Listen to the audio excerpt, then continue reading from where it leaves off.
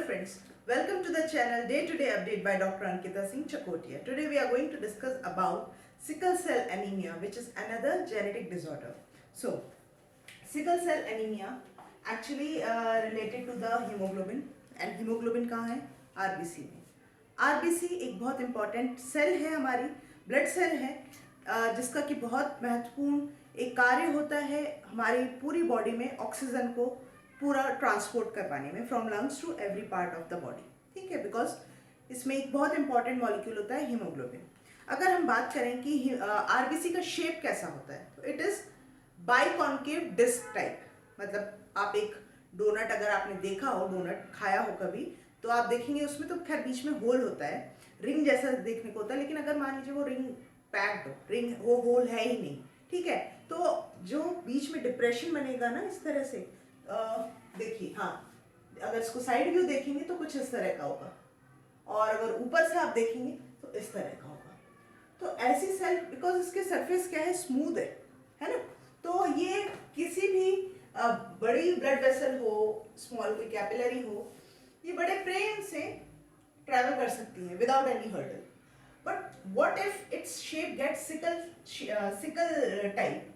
अगर इसका शेप कुछ इस तरह सिकल टाइप हो जाए तो क्या, बड़ी वेसल में तो बड़े प्यार से ये अपना ट्रैवल कर लेंगे, लेकिन जहाँ स्मॉल कैपिलरी आ गई ना, वहाँ दिक्कत होगी, क्योंकि इसके जो एज है, ये पॉइंटेड, इसके जो निकले हुए ये प्रोजेक्शंस, उस केस में क्या होगा, इट मे कॉज लाइक, इस वजह से इजीली नहीं ट्रैवल कर पाएंगे, हो सकता है वो कहीं अटक जाए, और उसके अटकने की वजह से, उसके उस ब्लॉक होने की वजह से आगे पीछे आ रही सेल्स भी एक के बाद एक उस पर एग्रीगेट जैसा बनाती जाएंगी. ठीक है, ultimately what will happen, it will leads to clog of small capillary, impaired blood flow होगा. Another harmful outcome of this is the painful swelling in organs, जिसकी वजह से ऑर्गन डैमेज हो सकता है. That organ may be eye, kidney, liver, brain, है ना. Ultimately organ damage हो सकता है.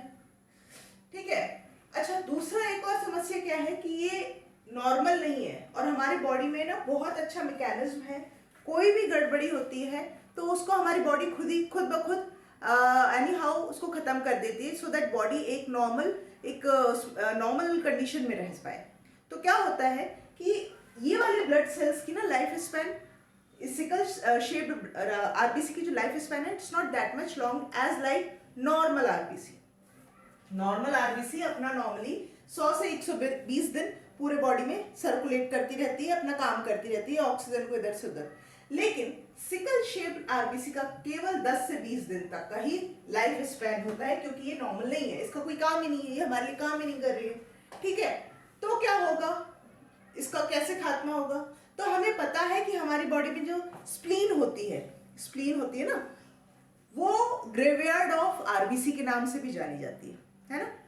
वो इसलिए जानी जाती है क्योंकि जितनी भी आरबीसीज हैं, सब कुछ जाके वहां पे उनका खात्मा होना होता है, उनका डिस्ट्रक्शन अल्टीमेटली, जैसे ही लाइफ साइकिल कंप्लीट हुई, स्प्लीन में जाके दे गेट डिस्ट्रॉयड. सारे मॉलिक्यूल सब कुछ इधर उधर हो जाता है, और स्प्लीन अपना काम इस तरह से करती है. लेकिन स्प्लीन का दूसरा काम भी है कि ये एक इम्यून ऑर्गन की तरह भी काम करता है. तो अगर मान लीजिए किसी मशीन की तुलना हम करें स्प्लीन से, कि एक काम किए जा रहा है, 2 काम में से एक काम ही हो रहा है, तो उस मशीन पे क्या जाएगा, बहुत फर्क पड़ेगा, क्योंकि लोड बढ़ गया ना. अल्टीमेटली दूसरा काम कर ही नहीं पाएगा. वही होता है कि स्प्लीन आरबीसी के, सिकल शेप्ड आरबीसी के डिस्ट्रक्शन में लगी रहती है, सो दैट इम्यून वाला जो फंक्शन है ना स्प्लीन का, दैट गेट हैम्पर्ड, जिस वजह से ऐसे पेशेंट जिनको कि सिकल सेल एनीमिया है, they get more prone towards different mild infection भी हो गया तो बहुत समस्या हो जाती है.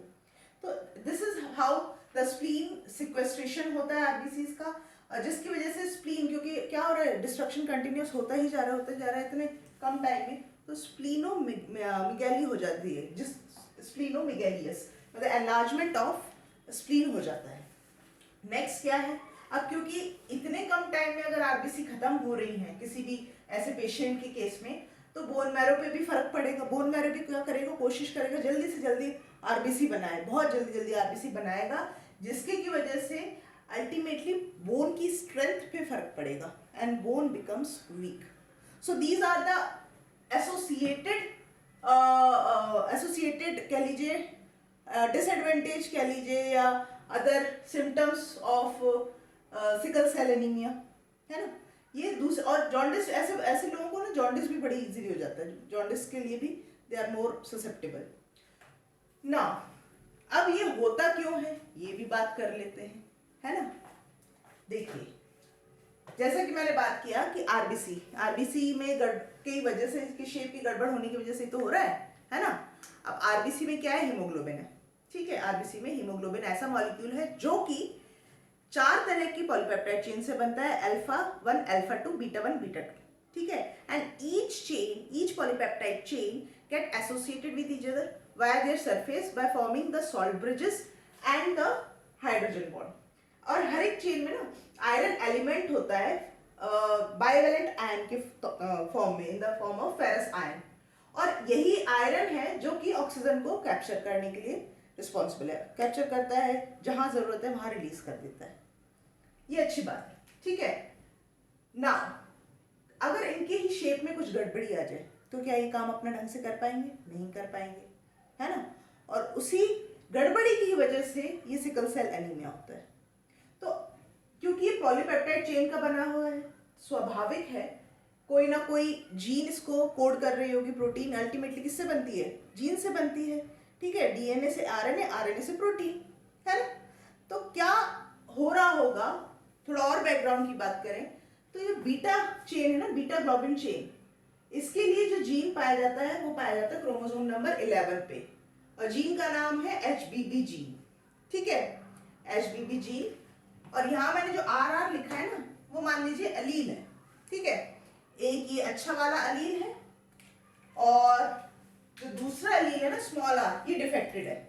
ये सिकल सेल कराता है, ये बीटा ग्लोबिन को ढंग से नहीं बनाता, जिस वजह से कि उसका हीमोग्लोबिन का स्ट्रक्चर पे फर्क पड़ता है. ठीक है, तो ये तो डोमिनेंट है जो कि अच्छा है और ये खराब है. ठीक है, डिफेक्टेड वाला है ये, डिफेक्टेड एंड रेसेसिव. ठीक, तो अब क्या होगा, good one.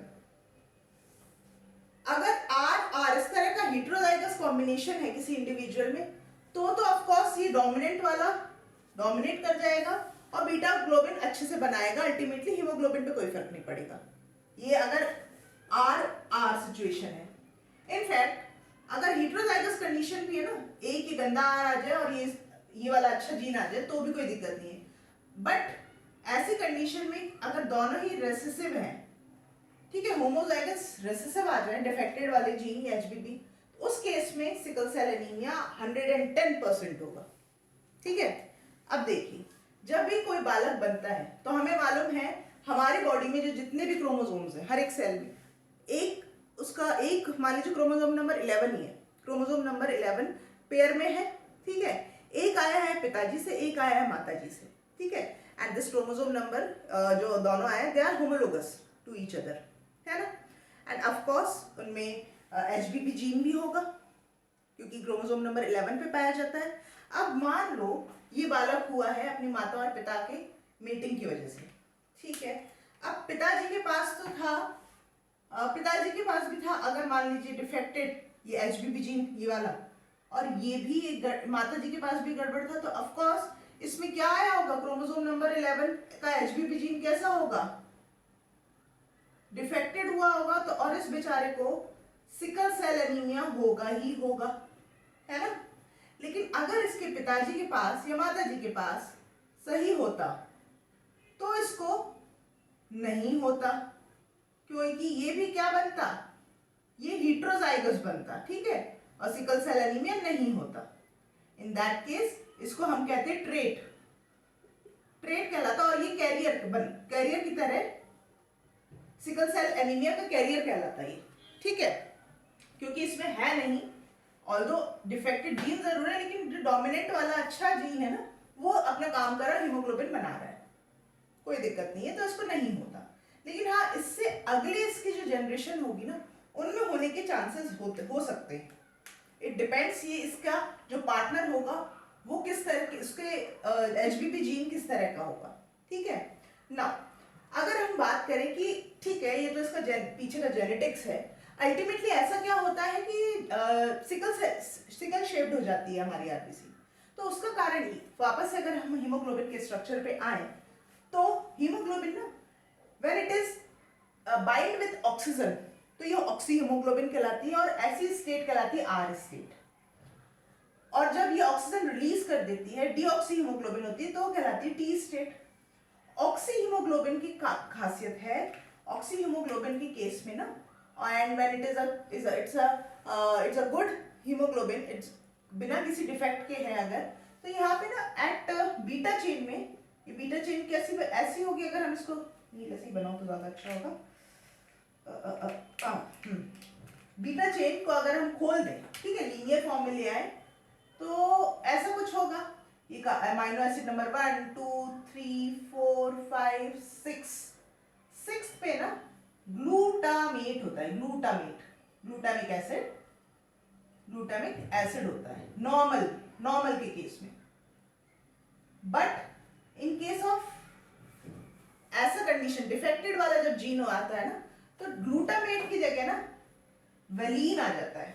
Now here we have valine. तो अब सिचुएशन कुछ इस तरह से बन गई है, ठीक है। वेलिन आने की वजह से कार्बन नंबर 6 पे अब वेलिन आ गया है, वेलिन अमीनो एसिड जो कि कैसा है, नॉन पोलर है। और ग्लूटामेट तो कैसा था, बढ़िया पोलर था। आसपास में जो अगर ब्लड प्लाज्मा है या सराउंडिंग वाटर भी है तो उसके साथ भी कंबाइन कर जाता था। लेकिन ये भाई सब कैसे नॉन पोलर हैं, इन्हें पानी वाली से मतलब ही नहीं है, इन्हें तो हाइड्रोफोबिक अमीनो एसिड ही चाहिए बॉन्ड वगैरह बनाने के लिए।